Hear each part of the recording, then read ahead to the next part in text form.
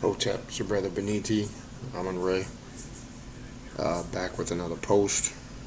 Um, we're going to talk about briefly today is kind of a continuation.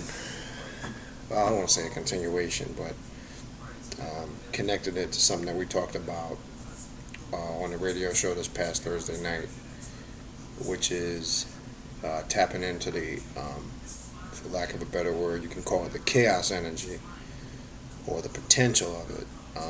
And we want to kind of dispel the myth of when an individual hears that word, chaos, the average individual mind will automatically revert to something negative. Um, as I've said before, which is very important to understand, words, they carry images. So a lot of us have been programmed over many of years when we hear a word, there's already images associated with that word. And because most of us have been indoctrinated since we were young, we automatically attribute, for an example, the word chaos to negativity. Uh, when you go, for an example, into the Egyptian pantheon or dealing with the Egyptian deities and what they represent, and I stress the word represent because they represent the various different archetype energies that exist within your DNA, as I've talked about before, can't literally make them deities like they do in Christianity and monotheism, because some people, again, have left that system, and as I said before, they've just come into Egyptology or higher states of consciousness with the monotheistic mindset. The chaos energy potential, as we know, out of chaos, or confusion, comes organization. You have to have the chaos before you can have the organization first. Chaos is just a representation of unlimited potential. Now, when you go back into the Egyptian deities, for an example, in ancient Egypt, we take the deity as some pronounce Set or some pronounce Seth. Some say in the Greek Satuk, different pronunciations, whichever one floats your boat. Um, Seth represents the deity of chaos. Um, Somewhere along the line, people have confused that story again with good, bad, God, and the devil, and it has nothing to do with that. Um, so that's the type of energy, as I explained before. That story has been told over and over. Cain and Abel's story, the Enki and Leo's story, they're just symbolic stories explaining the two different degrees of vibration and energy that one has to do battle with on a regular basis. Um, it's a representation of the inner war that goes on in the subconscious mind. These are what these stories were telling you, what goes on mentally within you, and how you have to manifest that. Now, what I want to talk about today briefly is how to materialize using different forms of mental magic, for lack of a better word, if this is what we want to call it, to kind of be able to relate to it and describe it better. Again, when I say you become your thoughts, you literally become your thoughts. What you think, you become. What you focus on happens, because when you focus on it, you draw energy to it. So how do you connect with that energy and how do you make that energy work for you is what the key question is, and what one has to focus on. Because as I said before, and in the last class I talked about it on the radio show. People always ask, like, how do I know when I'm at that next level? And my answer to that is simple. If you're asking that question, that's confirmation you're not at that level. Um, you won't have to ask. You'll feel the transition based on the results, and it'll be a deep inner awareness within you where you know that there's some type of change going on, a positive change that's affecting you on all levels, spiritually, mentally, emotionally, and physically. And no individual can tell it to you or point it out to you. It's something you will see, feel, and experience. So there's no, I'm going to take the course and read the books, and once I complete the course and read the books, I've officially can stamp myself, change to the next level. That's not how this works. Um, it works by, as you hear us or you hear me repeating consistently, you have to put in spiritual work, um, which goes well beyond reading books, It's performing the rituals, doing the magic, the meditations, the fasting, the dieting, things of that nature. It's a conglomeration of all those things. But very most important of it is the magic and the rituals.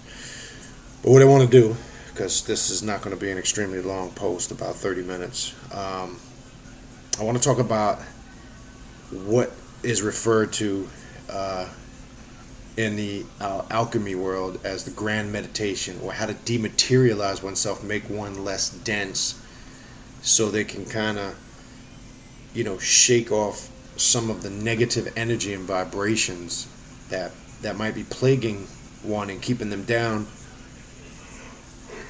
where they can't take it to that next level. So when it says in the Emerald Tablets, as we've read in previous classes, we've gone through that book a few times. When it says in there, one must make themselves less dense to make that personal transformation. What that basically means is you have to rid yourself of, again, all the negative vibrations and energies that are holding you back. And those negative energies and vibrations simply are human emotions such as envy, jealousy, lust, your ego. Now, there's two aspects to the ego. There's a good and a bad side to the ego. Your ego is actually what keeps you subsisted, keeps you going when used properly. But your ego can be something that can hold you down when used in a pure negative fashion, when exercising those attributes of jealousy, lust, greed, things of that nature. These are all things that weigh you down and make you more dense. So to open yourself up to the spiritual world, one has to be able to have those emotions in check and under control, because when those vibrations and energies control you, it's hard for you to make that spiritual connection. Now, there was a book I had mentioned several times on the radio show, and we've mentioned it on here. It's called The Emerald Tablet, Alchemy for Personal Transformation by Dennis William Huck. And this is a great book with many different exercises, many different rituals in it, things you can actually do, rituals and exercises that you can perform to actually assist you in this process. Now, as I've always said before, books are good for a general roadmap or guide, but you can create your own methods that work best for you. I want to make that crystal clear. Don't get yourself into the habit of grabbing a book and following it religiously to a T, because this is where the creative aspect of working the spiritual magic is eliminated, because then you're not putting your personal stamp on it, your personal charge. Because always remember, when you're reading it in a book, and if you perform it the same way that it's written exactly letter for letter, T to T in a book, you're actually doing it the way the person that wrote it, or recorded that experiment did it, where it may not be as effective for you. If you listen to your spirit as you might be going through a certain magic ritual or a meditation, and again read it to get a general idea of how it's to be done, the intellect or the natural psychic ability of the mind will kick in, and it'll tell you what to take from it, add from it, etc. Your spirit will know what you need to do to make that work for you. All right. So I always referred, in many books that I throw out there, I always refer, or I try to give books and information that one can refer to get guidelines. But again, the key is taking the information and put it into perspective for you and making it work for you. So don't get caught up again in that system of following it religiously, because it takes away, again, the personal creativity to the ritual or the magic that you're performing. But I want to read something real quick, because this kind of ties in to the mindset, the way of thinking, the mental faculties that can actually either help one tremendously on the spiritual path, or it can actually hinder somebody on the spiritual path. So let's go ahead and read from this real quick, short paragraph. It says, "If then you do not make yourself equal to God, you cannot apprehend God, for like is known by like." I'm going to kind of pause in between and kind of give a breakdown on it, on little sentences. Now, this is a powerful statement. This is a powerful sentence. This is powerful words. If you do not make yourself equal to God, you cannot apprehend God, for like is known by like. So, for all the people in the spiritually conscious community, you know, you hear this term that we throw around loosely for years, I'm God. You know, I'm God this, I'm God that, I'm Goddess this, I'm Goddess that. But so again, sometimes these are the same individuals that externalize the aspect of God. They'll be heavy into Egyptian studies, but they'll literally take the Egyptian deities and literally make them physical deities outside themselves, and then they'll start venerating them for worship, which is the biggest mistake you can do, because this is how religions started, and this is how it got people off the correct spiritual path. Because as this statement says here, you are equal to God. You cannot apprehend God, for like knows like. So only God can recognize God. The very fact, if you have to make something outside of yourself God, confirms you don't recognize God and you're not God. So that's what I mean when I constantly say on a regular basis throughout these classes is the worst thing an individual can do is look for the creative, or what we call God, outside of ourselves, because it all exists within the mind. Furthermore, referring back to the first principles of the 7 principles of Tahuti mentalism, the all is mental and mental is the all. This is what this is referring to. Very important to grasp those concepts. All right. The next sentence says, leap clear of all that is corporal and make yourself grown to a like expanse with that greatness which is beyond all measure. Okay? Now, you can't define something, is what they're saying. If you are great and you tap into, as I mentioned in the beginning, the adjective describing that unlimited potential, that chaos energy, if you tap into the unlimited potential of it that's beyond measurement, then you'll be able to really understand who and what you are, your place in the universe, and then the realization of you being God will actually manifest itself. And you won't fall prey to those systems of indoctrination that take you outside of yourself to find the answers to these questions. So again, you can't define something because it limits it. And as it also said in the Emerald Tablet that we've read once before, when humans name God, in doing so, by naming God, they've created another God. Do you understand what that concept means?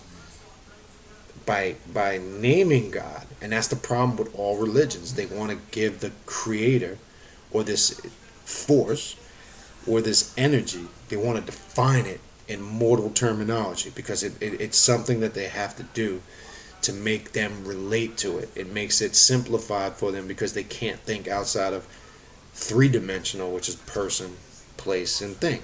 So we have to make God a physical being. We have to make God in a physical place up in the sky called heaven, sitting on a physical throne, which now we've got a huge problem, because now we've defined God, we've limited him, and we've made it a him, which is limited in it, and now we put it in a place or in a compartment box called heaven. This is one of the biggest indoctrinations and illusions that have been cast on us to keep us away from our potential and our greatness. Because how it keeps you away from your potential and your greatness, it keeps you seeking on a constant journey looking for God outside yourself, and you never find it. This is why you have some people, and you might know these people. These are your people that are constantly bouncing from religion to religion, philosophy to philosophy, doctrine to doctrine, because they cannot get the soul satisfied for that personal quest for the truth. So one day they're Muslims, the next day they're Black Hebrew Israelites, the next day they're Buddhists, the next day they're Taoists, the next day there's something always into something, but can't stay grounded or can't stay consistent in study. These are those people, because they're not looking within. They don't know how to take all that information and assimilate it and put it into perspective and how it's going to work for him or her. So they're constantly following things, belonging to these groups and these organizations. And at first, it's good at first when it's new, because that's the reason why it's good, because it's new. Anything new we become intrigued with for a short period of time until it's not new anymore. And then once it's not new, then these individuals start looking to go somewhere else. Whereas the occultist or the metaphysicist or the spiritually grounded person knows how to pull from all those systems of information and doctrines and take what applies to him or her and leave the rest of the shit alone. And they don't identify themselves, or they don't categorize themselves or exclusively belong to one specific religion, dogma, culture, philosophy, or organization, because by doing that, again, you define yourself and you limit yourself. We have to be clear when understanding this principle. You cannot put a title on anything. You cannot define it and keep it inside a box, because you limit the potential of it. So this is why you always hear me say, stop following these Mickey Mouse clubs with these self-appointed leaders or these conscious pimps that claim that they have the key to your soul salvation and they're going to take you to paradise or the mothership or heaven or risk or Ilion or any of these other fictitious places that they've actually mapped out from either Egyptian mythology or Hindu mythology, or they've taken certain concepts from the Bible and twisted it around and make it sound to fit their perspective or opinion on things. Because the Bible, like I said before, I don't want to get into a whole Bible class because it's a waste of time and energy, but the Bible can be a very tricky and confusing book. It's very easy for these pastors and these reverends to take a verse and a quote and twist that shit around to fit what they're trying to say without researching it, doing the facts. Religious people just believe because they think somebody who's qualified wearing a reverend collar and went to a seminary, or I say a cemetery, where mentally dead people study, and that qualifies them, and they're beyond question, and there's no research. So you can't define yourself. Can't limit yourself. So by naming God, you create other gods. So humans do it because they're physically, mentally, and emotionally weak. It's easier to give God a title and create an imagery of him being a physical being, so then it makes the human feel comfortable, because then the human doesn't have to recognize that they're not human, that there's a divine principle that exists within them, and it's the very essence of the Creator, and their Bible clearly explains that. Because what does it say in Genesis chapter 2, verse 7? That God breathed into man's nostrils the breath of life, and man became a living soul. So the very essence of the Creator exists within you. So why do we have later after that, when we missed that key point, that we got stuck up in the man worship after that? There's something to be evaluated there. But anyway, I want to just finish up and get through this paragraph. Because we're basically just going to break down this paragraph. I told you this is not going to be that long of a class. It says, leap clear of all that is corporal and make yourself grown. And as it said, beyond all measurement. It says, rise above all time and become eternal. Then you will apprehend God. Think that for you too nothing is impossible. Deem that you too are immortal, and that you are able to grasp all things in your thought. Let's stop there for a quick minute. That's powerful. Think that for you too nothing is impossible. So this is not talking about some self-life coaching bullshit. I love myself. I need to think positive. That's not what this means when we talk about think that nothing's impossible. It's talking about charge it with a concentrated thought that you want for the outcome, to change the energy. That's true mental magic. That's true visualization.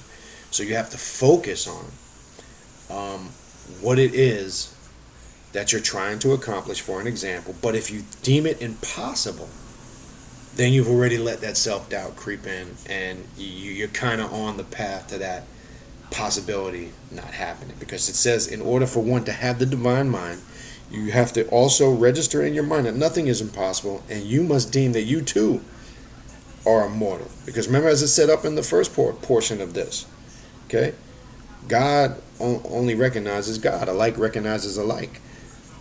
So this is what this is talking about. Don't think for 1 second in your mind that anything is impossible, because if you do, you're defeating the purpose before you even begin. Then it goes on to say, and that you are able to grasp all things in your thought. to know every craft and science. Find your home in the haunts of every living creature. Make yourself higher than all the heights and lower than all the depths. Bring together in yourself all opposites of quality, heat and cold, dryness and fluidity. Think that you are everywhere at once, on land, at sea, in heaven. Think that you are not yet begotten, that you are in the womb, that you are young, that you are old, that you have died, and that you are in the world. Beyond the grave, grasp in your thought all of this at once, all times and places, all substances and qualities and magnitudes together, then you can apprehend God. But if you shut up your soul in your body and abase yourself and say, I know nothing, I can do nothing, I am afraid of earth and sea, I cannot mount to heaven, I know what I was, nor what I shall be, then what you have to do with God. Okay? I'm sorry, it says, then what have you to do with God? Question mark. So you heard all those metaphors in there. Let's discuss that real quick, because we're gonna leave that there. You heard all those metaphors in there. It's giving you how to visualize yourself basically as a being of light and energy. Everywhere, all present at all times, represented in every aspect of nature and creation. Beyond the grave, as it said, used for terminology, meaning recognized in the realm of what we would call the non-physical living or the dead. Recognize, the divinity that exists with you on all levels, spiritually, mentally, emotionally, and physically. Because if not, and I like the way that the sentence ends at the very end, then what have you to do with God? That meaning you ain't got shit to do with God, and you don't know God.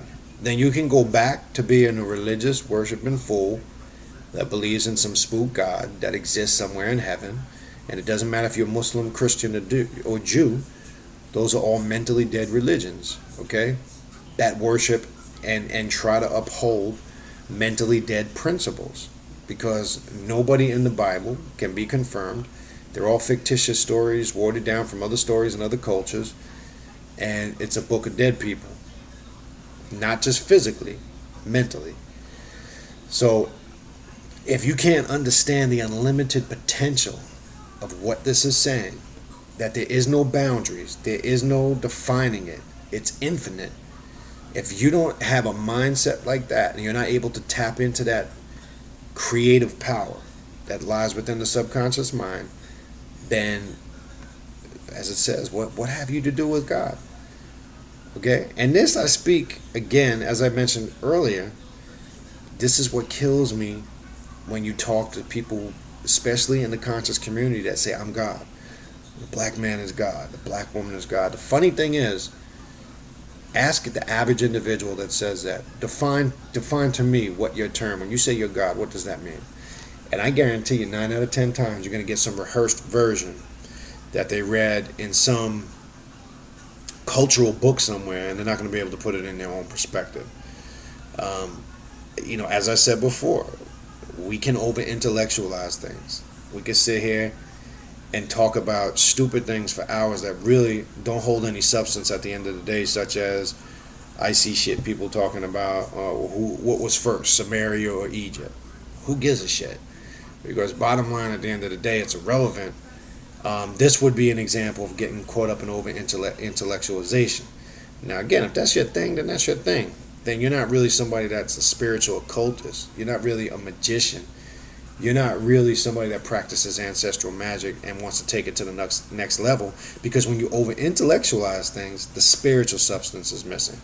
Because I see a lot of these cats debating history, philosophy, religious history, and it's a bunch of rhetoric. Because at the end of the day, we're not doing any spiritual work. So what I'm trying to say is, if that's you, then that's you. But don't get mad when people put you on the spot and want to question you on this whole being God shit. Because like I say, I get the most rehearsed answers, and some of it I recognize right off the bat from what books it came from, which tells me that individual doesn't really understand the concept of who and what God is and what it represents. And as it said in that paragraph, then what have you to do with God?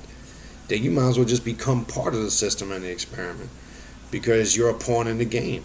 You're not a god or a creator, because you have to deem yourself immortal, likened unto what you call God. If you can't accept that principle, marinate on it, and let it manifest through your DNA, then guess what? You know, go back to again being somebody caught up in those mental states of slavery. Um, so that's what this is talking about. And again, if you come across someone, if you and you want to really entertain yourself, ask them the next time a conscious person touches you, I'm God. Ask them, can you define to me in your own words, what do you mean when you say that you are God? Because this is a term again we throw around, in the conscious community, but we never really get the full explanation of it.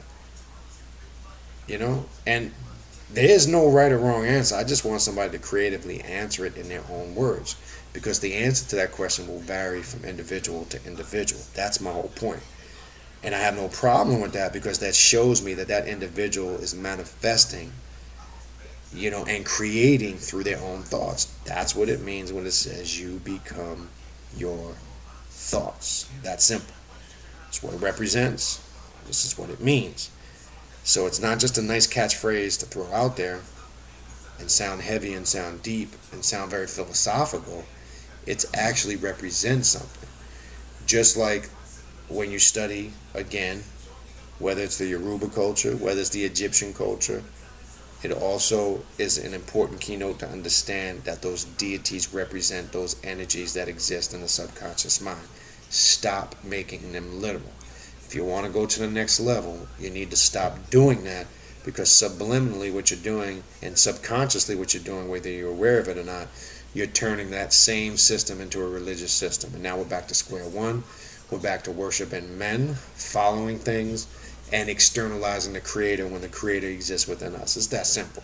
Now, if we can't get past that point, then this information isn't for you. And as I said before, this is why you see I don't get caught up, whether you contact me on Facebook, whether you listen to the show or you watch me here at YouTube. I don't get into the back and forth debate over human emotions and humanity. It's a waste of my time and energy. That's why I disable all comments for the videos, because my purpose isn't to get on and do these classes and videos and try to impress people with what I know and show everybody with what I know, because that's a waste of my time and energy, and it's a waste of your time and energy. I disable the comments because I'm not interested in getting into debates with people to try to make them, or make them see what I know. This objective is just simply a vehicle for people to learn and listen. And if I could touch a few people here and there, then so be it. My job is done. That's my job. That's why I disable comments for these videos, because I already know I would get a bunch of bullshit for people that get upset, because the reason why people get upset is because when you say certain things that don't line up with their personal ideology, they tend to get mad. And I don't have time to stop and attend to people that maybe haven't been breastfed enough when they were kids, so they need attention. I don't do that shit. And believe me, it's not because I can't hold my own, because I've gotten into many spiritual wars over the years, but it's just I'm at an age now, being 44 years of age, I'm at an age now where I don't waste my time and energy on it. There's just too much important work to be done that I'm going to sit there and debate with you over your petty Bible or your stupid religions or your personal feelings because you're upset that it doesn't line up with your ideology. So you need your ego stroked and caressed, so you want me to agree with you, and I'm not going to agree with you. And I've always said I stand firm on what I say, and I couldn't give a shit who it offends. And I say that with all due respect, because if I stop and worry about everybody's emotions, then nothing would ever get done. And that's just where we're at in this spiritual journey. So that's what this is for, simply to teach people. You won't see me get on YouTube. And again, I got to say it as is, like these clowns and get into these back and forth debates the same way I won't do it on Facebook. I mean, I will hold intelligent conversations on Facebook, because I go onto my Facebook page, and I got to be honest with you, there's probably almost 3,000 friends on there, and I don't know half of those people, but I get friend requests every single day, at least 50 to 100, because it's all linked into the radio show on this page, and it's a great thing. And again, the objective of that is to teach people and reach people. So the same thing I'll do on the page, I'll be on there checking, and I'll get several people at once try to hit me up through the chat. And obviously, I can't talk to everybody because it's literally impossible. I wouldn't get anything done. Occasionally, I will stop and talk to somebody, and sometimes they get their feelings hurt because they want to come into the conversation with this bullshit mentality that they're going to convert you. You're not going to convert. Okay? And anytime you come into an intellectual conversation, I don't even want to use that, a spiritual conversation. Okay? And if you're coming in with the intent that you think you're going to convert everybody in that conversation to your personal ideology and beliefs, you are sadly mistaken. And you're setting yourself up for failure, and it's one way to get chopped up. Okay? And I've been doing it for many years. I've seen other people do it. So occasionally, sometimes you do got to hurt somebody's feelings, but there's a time and a place for that. But I try to avoid that. So same thing on the Facebook page. I'll just X certain people out because I don't have time to feed into that negativity. Again, the mission, the mission and the purpose, and you've heard me say this on a radio show, heard me say it here. We are not trying to recruit anybody for anything. This is not, and I've made it crystal clear in the past. I do not belong to any organization. I'm not claiming any organization. The objective is to pass this information to other people. That's what this is about, simply that. So anyway, I'm going to end on that note. I'm going to keep this one a little bit shorter. So it's the mindset, okay? Understanding who and what God is. Because most people don't understand how to make that materialize by way of mental alchemy within your DNA. If you're not able to do that, you're going to be stuck like Chuck in a mindset that keeps you confound to person, place, and thing, which would be your three monotheistic religions, mainly Islam, Christianity, and Judaism. This is why some people can't leave that realm of faith and belief, because they don't want to recognize and accept the divinity that exists within them. All right, so I'm going to stop there for now. Just a couple quick announcements. It's coming up this Thursday night, 9 o'clock. If you have been following the show, Awakening Universal Minds, you'll see the links here on the YouTube page and the Mother Nubia Inc. Google page with all the shows and the links and the archives. We had a great show last week. We did, myself, Brother Ravana Noon, and Brother Asar Gidi. We'll be doing the show again this Thursday, dealing with mental alchemy, the power of the mind. That's going to be the show we're going to do this Thursday night at 9 o'clock Eastern Standard Time. Tune in. Then the following 2 weeks will be followed up by our Brother Panic visiting us again the following week, and Dr. Edward Bruce Bynum the week after that. And then we'll go back to doing some shows. So definitely don't miss that. Tune in for that. Again, I'm scheduled to do another lecture at Sophia's Garden of Ma'at. Just to throw it out there, that's going to be in a few weeks. That's going to be Saturday night, October 3rd, 7:30 p.m. I'll give the information exactly more closer to the date in the next week or two, but you can email me khnum19@gmail.com, and I can send you that information. Again, you see on the website, if interested in any classes, lectures that you would like myself to do, or any of the brothers from the radio show to do, you can definitely email me at khnum19@gmail.com. If you're interested in spiritual consultations, you can hit me up at that same email address, and something can be set up. But again, those are more scheduled during the week at night, and I tried to do several a week. It's hard for me to do as much throughout the course of a week because of time constraints and other things I do. So those are mostly done during the week at night, but those times can be worked out. I'm sure something can be worked out that fits everybody's needs. That's about it that I got for you. So I hope this information, you're able to utilize it in some shape, form, or fashion, and I hope it can better you, and you can take it and apply it to yourself personally. So on that note, I'm going to say peace out, and I will see everybody on the next class. Peace.